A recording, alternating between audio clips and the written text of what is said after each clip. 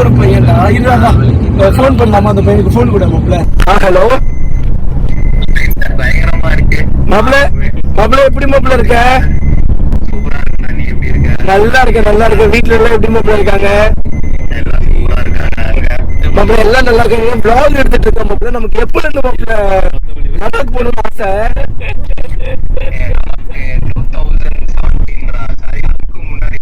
2017 எனக்கு 17 வயசு.